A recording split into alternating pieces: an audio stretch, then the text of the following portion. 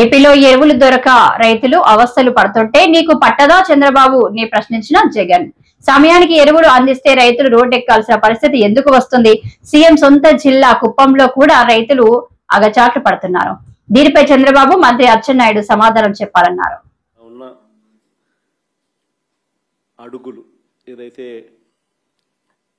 అన్యాయమైన అడుగులు ఏదైతే వేస్తా ఉన్నాడో, రాష్ట్రానికి తీరని నష్టం చేకూర్చి అడుగులు ఏదైతే వేస్తా ఉన్నాడో వాటికి సంబంధించిన రెండో టాపిక్. ఇంకా మూడో టాపిక్ అంటే ఇంకా ఇవాళ అనంతపురంకు ఆయన పోతా ఉన్నాడు కదా. సూపర్ 6, సూపర్ 7 ఆల్రెడీ చేసేసాము, ఆల్రెడీ సూపర్ హిట్ అని అంటూ ఏ రకంగా ప్రజలను తన అబద్ధాలతో మోసాలతో ఏ రకంగా తాను ప్రజలకు అన్యాయం చేస్తూ ఉన్నాడు అనే దాని మీద మూడో అంశం. సో బై అండ్ లార్జ్ ఈ మూడు అంశాల మీద ఈరోజు మీ అందరి ద్వారా ప్రజలకు ఇటువైపున నాణ్యానికి ఇటువైపున ఉన్న స్టోరీని ఇటువైపున ఉన్న అంశాలను కూడా తెలియజేసే కార్యక్రమం చేస్తా ఉన్నాం. అసలు రాష్ట్రంలో ఇటీవల కొన్ని పరిణామాలు చూస్తూ ఉంటే రాష్ట్రంలో అసలు ప్రభుత్వం ఉందా అన్న సందేహాలు ఎవరికైనా కూడా కలుగుతాయి. కామన్ మ్యాన్ పరంగా ఆలోచన చేస్తే, సామాన్యుడి పరంగా ఆలోచన చేస్తే.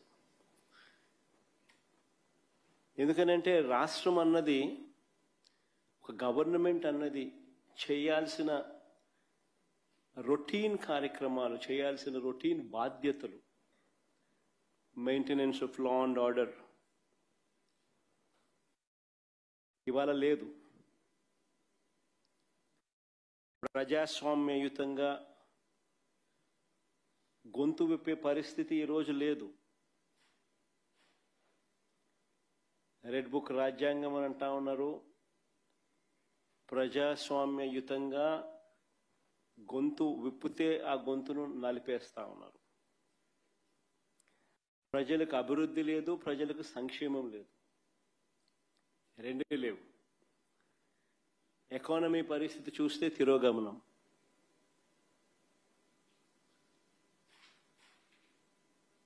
దేశంతో కంపేర్ చేస్తే రాష్ట్ర ఎకానమీ తిరోగమనంలో ఉంది. ప్రజలకు అందుబాటులో ఉండాల్సిన ఏ ప్రభుత్వమైనా ప్రజలకు తన కనీస ధర్మంగా అందుబాటులో ఉంచాల్సిన విద్య, వైద్యం, వ్యవసాయం ఈరోజు ప్రైవేట్ వ్యక్తుల దోపిడీకి ఈరోజు మన కళ్ళ ఎదుటే గురవుతా ఉన్నాయి. ఇవన్నీ ఒక రాష్ట్ర ప్రభుత్వం కనీస బాధ్యతలు ఇవన్నీ.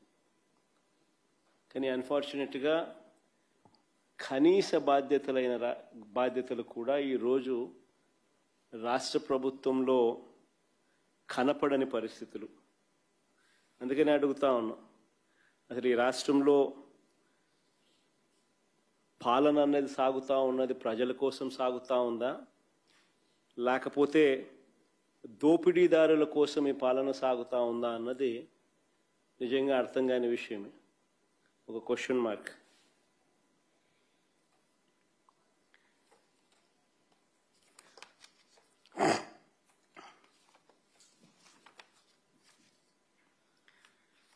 మొదటి టాపిక్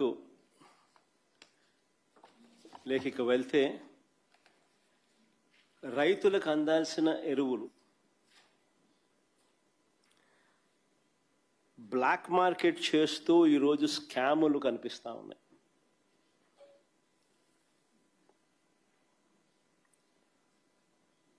దాన్ని నిరసిస్తూ మా పార్టీకి సంబంధించిన నాయకులు, కార్యకర్తలు రైతులకు తోడుగా నిలబడుతూ రైతుల పక్షాన రైతులతో కలిసి ఆర్డీఓలకు నిన్న అర్జీ ఇచ్చే కార్యక్రమం చేశారు. ఆశ్చర్యం ఏమిటనంటే రైతుల తరపున మేము చేసే ఈ కార్యక్రమం అడ్డుకుంటూ ఏకంగా పోలీసులు దీన్ని అనగదొక్కే కార్యక్రమం ఏ మాదిరిగా చేస్తారు అని చెప్పి చూస్తే ఆ నోటీసులు ఒకసారి చూపించండి, ఒకసారి ప్లే చేయండి ఒకసారి.